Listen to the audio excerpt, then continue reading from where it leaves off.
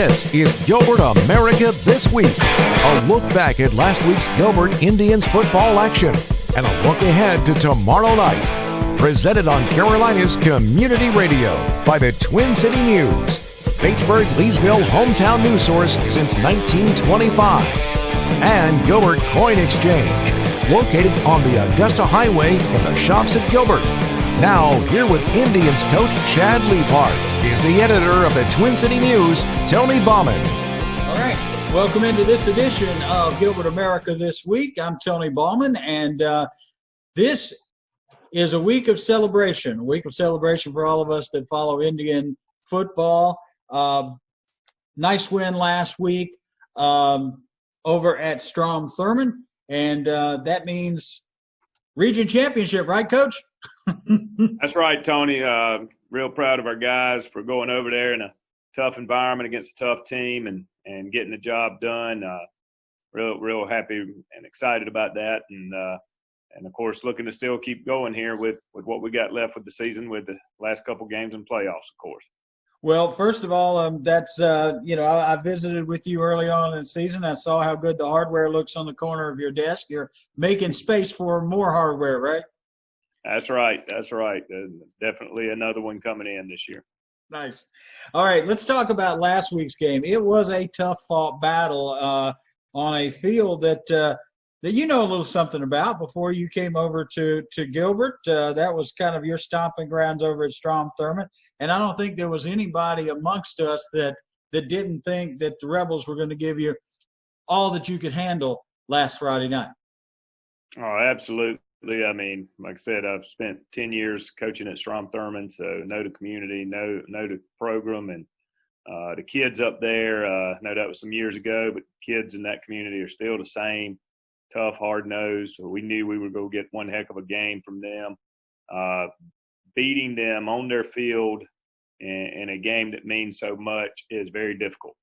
And so, again, what an accomplishment I feel like by our guys to be able to go on the road, go into their place. And, and Thurmond's backs were against the wall. They had lost the week before, and the way things are this year, they probably know that they lose to us, and that may be no playoffs for them. So they had everything in the world to fight and play for. But, again, proud of our kids to go up there in that environment and defeat them with those kind of things at stake. Well, and they, you mentioned it, that they had lost the week before. They were going to come out of there like a cornered animal, and they did. I mean, that was about as exciting a football game as I've ever seen.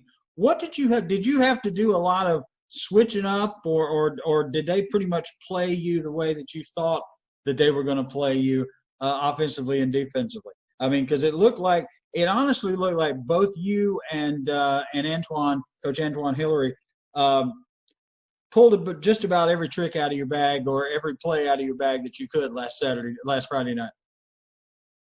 Yeah, we're I guess we know each other pretty well. I mean, Coach Hillary, and that's part of it. There's also the familiarity of playing one another now every year and year in and year out, and that also helps us understand and know what they're always trying to do, and vice versa. I'm sure they probably know us as good as any opponent we play, and so it does turn it into a chess match for sure, where both of us can kind of anticipate what's going on. Matter of fact, both of our first touchdowns that we scored on one another were almost on the identical type play. That's what Steve Smith and I commented on that. It was almost like it was almost like a yin and yang type thing going on there with the way that you scored and then the way that they scored. It's like, okay, Chad and Antoine know each other too well. Yeah, it was crazy. Matter of fact, before they scored their touchdown, I was looking out there and I saw the formation they were in, and I thought about, they about to do to us what we just did to them. And I started hollering as rocket pass, and that's the name of the play. And so I'm hollering rocket pass, but it was too little and too late. The ball snapped, and of course they tricked us on it, just like we tricked them. And so it's wild when you play somebody like that, like we do with one another, and we know each other so well and what each other's trying to do and stuff. So it does add something to the game, but it was wild.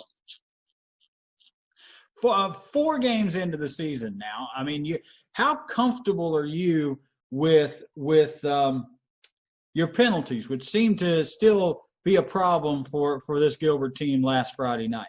That there was still a little bit of sloppy play. Well, I mean, you're not going to have a game without penalties, I don't believe. So, I mean, we try to limit it. And we didn't have any 15-yarders Friday night. So that's true. We keep track of those, and those guys have extra running after practice. And this was the first week that we didn't have any of that. So I thought our guys kept their cool and composure out there and handled that very well. So overall, we're just trying to correct as many things as we can. But, it's always – that's part of the game you have to deal with a little bit. And so we always going to try to be able to overcome that stuff. Well, this was last weekend, obviously. Last Friday you had a solid offensive effort. And once again, Colton Mason was a leader for you guys. And Isaiah Whiteside's also an outstanding leader on the field. He really is maturing as this season matures, isn't he? Yes, and that's coming with the experience of playing week to week. And, each game for all our kids is all about getting a little better and learning from that experience each week. And at the quarterback position, that's certainly very valuable. And Isaiah is making some great plays for us. He's managing the offense and things like that. He's still got some things where we make some mistakes there. But he's a kid that takes to heart what happens. And if he makes a mistake, he's going to try to learn from it. And that's what he's been doing. And that's simply the way to be. And so we're excited about, his progress at this point in the season. And the fact that he's a junior. So we see the big picture with him too, as far as he's going to keep getting better even for next year. Well, he's showing a lot of poise and he's showing a lot of leadership as a junior. I mean, you got to be feeling pretty good going in. I mean, I know you've still got a whole lot of work to do this year, but you got to feel pretty good about the foundation that you're going to have going into next year with a young player like that, a junior who's showing the level of maturity and grace that Isaiah's showing. Oh, absolutely. That's you can't replace experience. I mean, that experience is invaluable in anything, and certainly on the football field. That's the thing. Of course, we were worried so much about this year, but going into this season. But a lot of these guys, we've been fortunate, and we've had our 4 games, and each week these guys are learning from a little bit more from it, and so it makes a difference.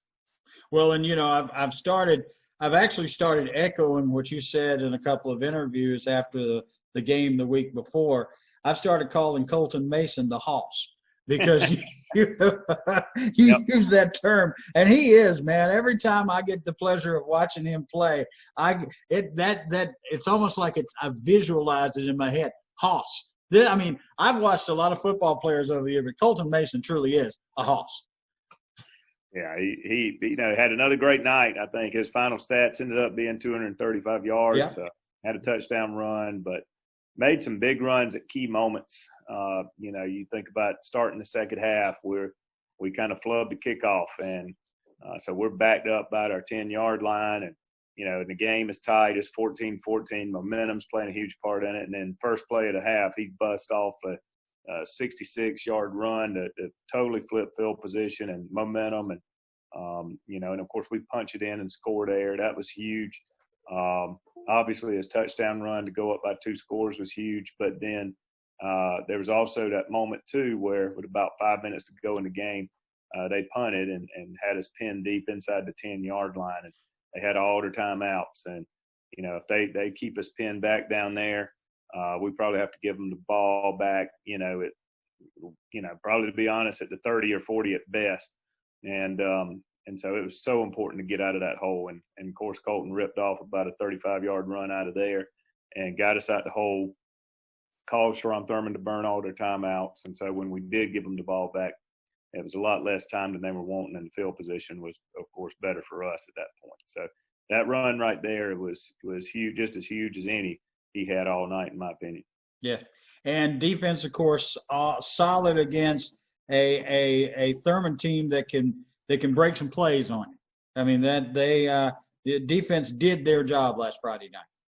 Oh, absolutely. They were challenged right off the bat. Strom Thurmond comes out in the wishbone, and they go come right at us. And, they got some big dudes on their front and try to bully us around a little bit. But I thought, our guys did a great job in there battling them against that stuff. And then, that Thurmond's got multiple really good running backs that are difficult to tackle. So I thought our D played great against them and handling that. Gave up a couple deep balls that's what they ended up getting us on. We got to be smarter back there in the secondary, understand some situations on those and things like that. But definitely overall a great game by our defense. And, there were times where offense had to respond to for us to get the win. There were times when defense had to respond at key moments to get the win. And both sides of the ball worked together to make that happen. I think Steve and I both used the word workmanlike last Friday night. This is a workmanlike Gilbert team. They get the job done. They dig in. They do the work to win football games. Yeah, I definitely agree with that synopsis there of us. I think last year we were a very flashy team. We could throw the ball all over the field and put up just crazy numbers and the passing game and stuff like really I've never even seen or coached before. And so it was a lot of fun and a lot of flash, and we were good. But this team is a different animal. It's definitely more workmanlike. The result's still the same as far as region championship. But we got a bunch of guys that are bought in on what we're doing, and they come out every Friday night, willing to do whatever it takes and to find a way to get the win. That's kind of the way our team is this year.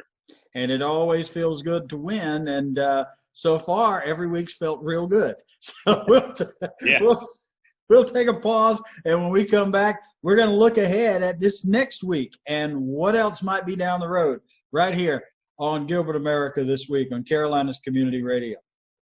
Gilbert Coin Exchange, paying you top dollar for your coins, precious metals, and old jewelry. Named Lexington Life's best coin shop and best place to sell your scrap gold for the last 10 years. Don't forget, Gilbert Coin Exchange also sells coins, gold, and silver bullion. Proud sponsor of the Coins for A's program. Visit GilbertCoins.com online or stop in and see them at 4079 Augusta Highway in the Shops at Gilbert. Gilbert Coin Exchange, proud sponsor and supporter of Gilbert Athletics.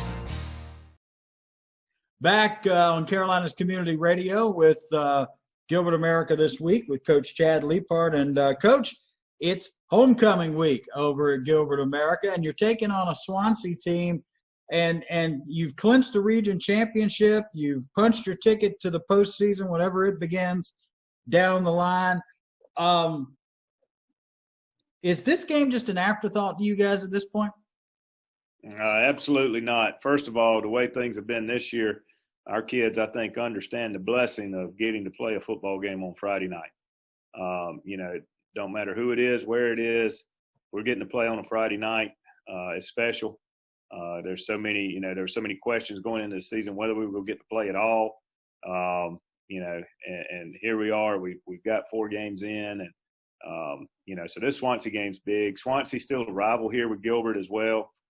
It might not get the attention that Gilbert Batesburg does and Gilbert Lexington and that kind of thing, but it's still an old rival. Gilbert and Swansea's played forever and played in some really huge games over the years. So it's a chip shot from Gilbert to Swansea. It is, and so it's we've sold that to our kids. Our kids will be fired up. Their kids will be fired up. So it won't be taking anybody any lightly or looking ahead to playoffs. Playoffs are so far from us right now. I think it'd be different if they started next week, but they're still 3 weeks out. So, we just got to get our focus in on Swansea, and it's all about getting better every week. And this is a great opportunity for us. Is that how you see this week? Is really kind of a tune-up, warm-up, keep the skills sharp kind of game, or do you think Swansea's going to give you a game? Oh, I expect a game from them. I know those kids well too. I coached them for 6 years, and I know that those kids in that community, they're proud of their football, and so they go come out and give us their best shot. You look at them; they've only played 1 game this year. Yeah, they're 0-1. So I mean, those guys. Here we are. We've already played all these games. They've been having to sit around all this time, and so I'm sure they're going to come out fired up because they're going to be excited just to play. Probably don't even care who it is. So I know we go get their best shot, and our guys are going to have to be ready to match that intensity. And how do you keep them matching that intensity? I mean, is that just culture? I mean, because I've been 16, 17-year-olds once, and I know that I've helped I might be of the mindset that I've helped my team win a region championship. We're already going to be in the playoffs in 3 weeks. How do you as a coach keep a young man from going out there and just slacking off this week? Well, I promise you we keep the intensity up at practice, and so there won't be any drop off there. But the big thing I think is the culture of our program and the culture that our kids are a part of here, and that's of that mindset that we're going out here, we're getting better every day. They see the big picture in mind as 3 weeks from now we're going to be in the playoffs. We got to be playing our best football then, and that starts now. That starts this afternoon at practice. I mean, that's just kind of the mentality and mindset that we try to instill with our young people here, and they've embraced it and bought in. So I definitely feel like that's part of our culture that it's all about getting better every day. Well, in the season of COVID, I think anything past 24 hours out is still a fog.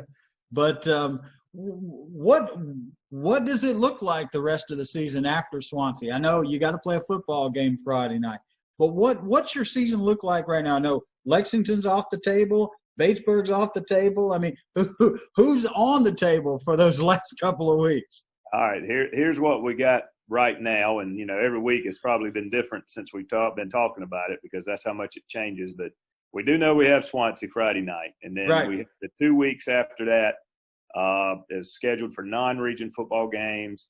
Lexington and Pillion both have had to be canceled because of COVID reasons, so those games will not happen. We've tried to find opponents.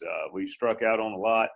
We do have a game for October 30th with Lawrence High School. Wow. That got finalized yesterday, matter of fact. So we will travel to Lawrence. Really good program up there, 4A school. Should be a good challenge for our guys. A great Friday night environment to play in. And then the week after that, we're probably going to, at this point, take a bye week and get ready for the playoffs at that point for the first round. So that's kind of where we stand right now. Again, it has changed many times already this year, so it could change, but that's where we stand right now. Well, and that's fun because I actually kind of like the idea of rolling up to Lawrence and having a football game because, as you said, that's a program with tradition. It's a good sized school, and I think it can be a double-edged sword. I think that can be a program that can sharpen your edge going into the playoffs, but it's also one of those games, given what they bring to the table, you also got to be super careful that you don't shoot yourself in the foot on that in terms of getting people hurt and that type of thing. Yeah, that's any game, matter of fact, we got to get some guys well right now. We got a few of them out after the last couple games. So I know I saw early on in the game last Friday night, we saw Faulkner walk off of there. He was rattled pretty good, and the way that he was walking off of there, I think I mentioned to Steve. I said I'm concerned about that because he's been a young man who you've gone to and has been a bedrock of your offensive effort. And when I saw him kind of rattled to the extent that he was and kind of limping off, I was very concerned. What's the health report on him and others? Yeah, he'll be out. He has a knee injury, and and we got some other guys banged up. We're hoping to get some back. We'll see. Sean Spencer and Joel Franklin are banged up a little bit, and Big Masafia Yarborough's banged up. So we got some guys that are banged up, and it's kind of almost a day by day thing right now to see when they're gonna be able to return. But it's Noah's knee. Yeah. Man, I hate that because I saw him favorite and I went, wow. So he's out. Yep. Man. Well, we'll definitely keep him in the prayers because he he's a go-getter too, and he's done some good work for you guys this year. Absolutely, he has. We definitely gonna miss him here. So. Well, our thoughts and our prayers are going to be with him. So it is homecoming this coming Friday night. There's always a lot of pageantry. It should be an exciting night over at Gilbert America, and I can't imagine that we're not all going to be celebrating at the end of the night for multiple reasons, but certainly a perfect season going into Lawrence next week. Yeah, absolutely. That's the plan. So, again, homecoming is a big part of Friday night football experience and the tradition of it. And, and again, going back to, the way things look this summer, and at times, you didn't know whether you were going to get these things. And so it's a blessing really to be able to get to go out there and have them play a homecoming football game. It is. It's a blessing anytime we get out there and get to watch some football. And I do hope everybody on your team is staying healthy. So far, so good on the COVID, though. So far, so good. Every day we got to get up and pray and think and hope that something doesn't happen and derail that, because we're getting closer and closer to the playoffs. You want to talk about, this is one of those nightmare scenarios you don't even want to whisper, but you get this close to the playoffs. You've already earned your spot.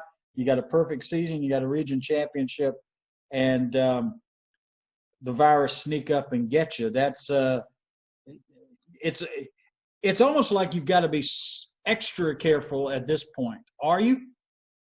Yeah, we're trying to be. We're trying to do everything we can. At the end of the day, though, we don't have a bubble we can put our kids in and our community in with like the NBA. So, it's like you said, it's a lot of prayers and a lot of fingers crossed, and we, do everything the best we can.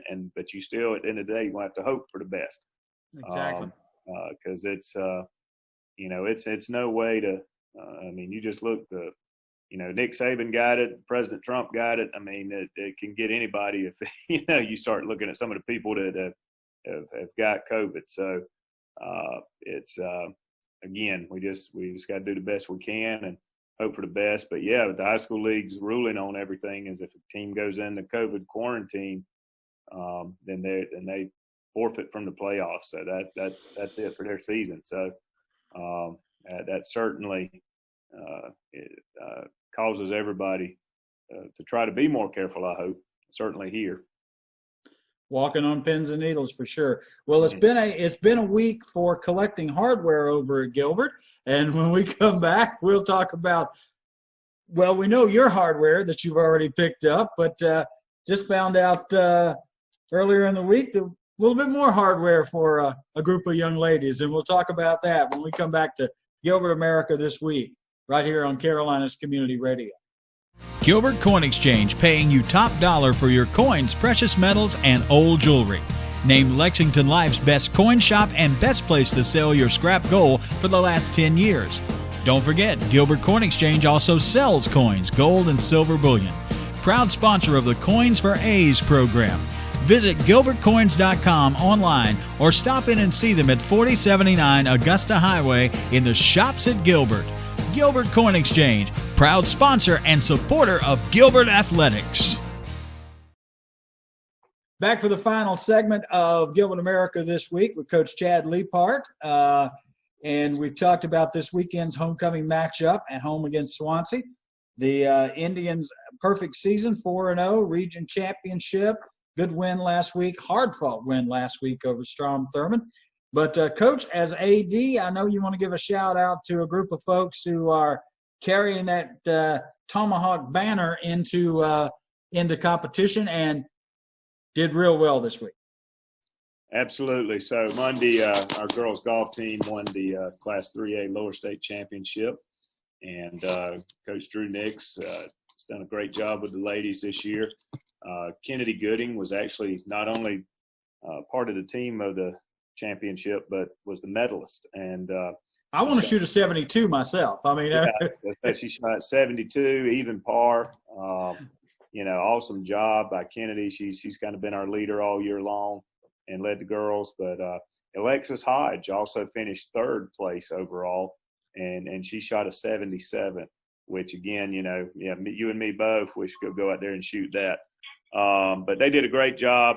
Last year, Oceanside Collegiate won the 3A Lower State, but we defeated them. We had 34 shots over them.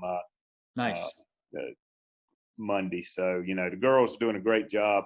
They really are going to have a shot at winning state next week. Chesney is probably our big competition there. And we've crossed paths with them multiple times this year. They beat us a couple times earlier in the year. We did beat them last week right here at our home course at Ponderosa.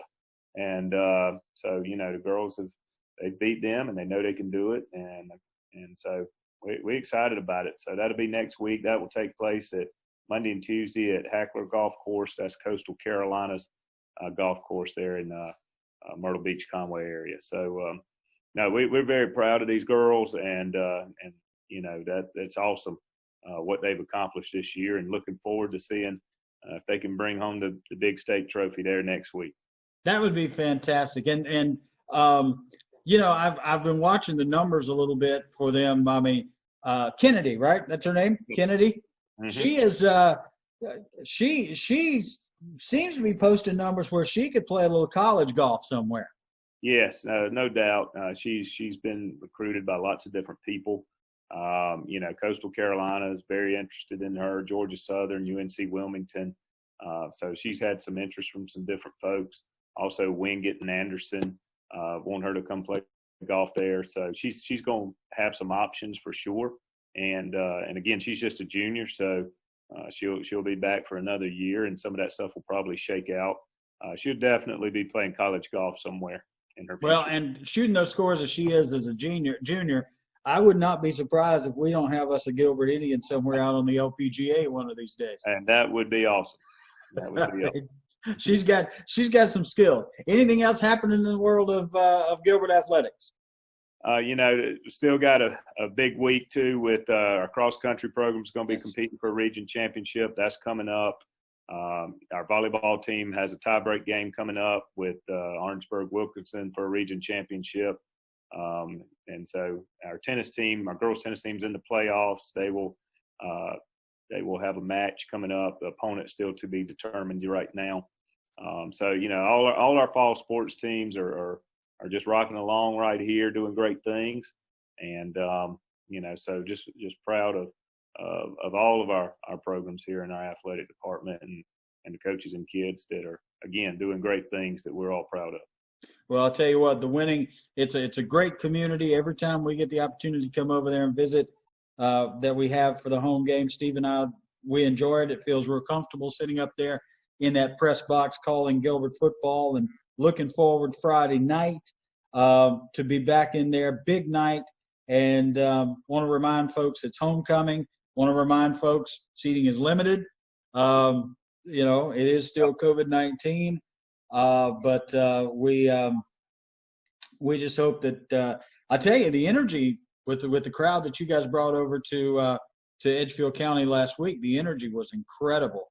And the times that we've been over at Gilbert America, incredible energy. So there's a lot of buzz around this program. It's going to be a fun time Friday night. Yep, absolutely. Looking forward to it. And, and really, I know we've had some limited numbers and stuff, but that crowd Friday night up at Strom Thurmond, that felt like old times there. I mean, we had to break out the poster boards and different things to communicate the plays in because it was so loud. And so that game definitely felt like old times there. It really was. It was a solid night, and we're looking forward against Swansea homecoming Friday night, and we'll be there. If you can't get one of those coveted golden tickets like Willy Wonka has ready for you, then you can certainly listen to it on Carolina's Community Radio. Hopefully, prayerfully, not having any technical failures this week. Man, that frustrated me so much, but we will. I'm going to check, double check, and I might even have me a backup hamster just in case. Thanks, Coach. Appreciate it. Tony, yeah, appreciate it. All right, that's it for this edition of Gilbert America This Week on Carolina's Community Radio. Don't forget, join me tomorrow night at 6 o'clock for the tailgate show.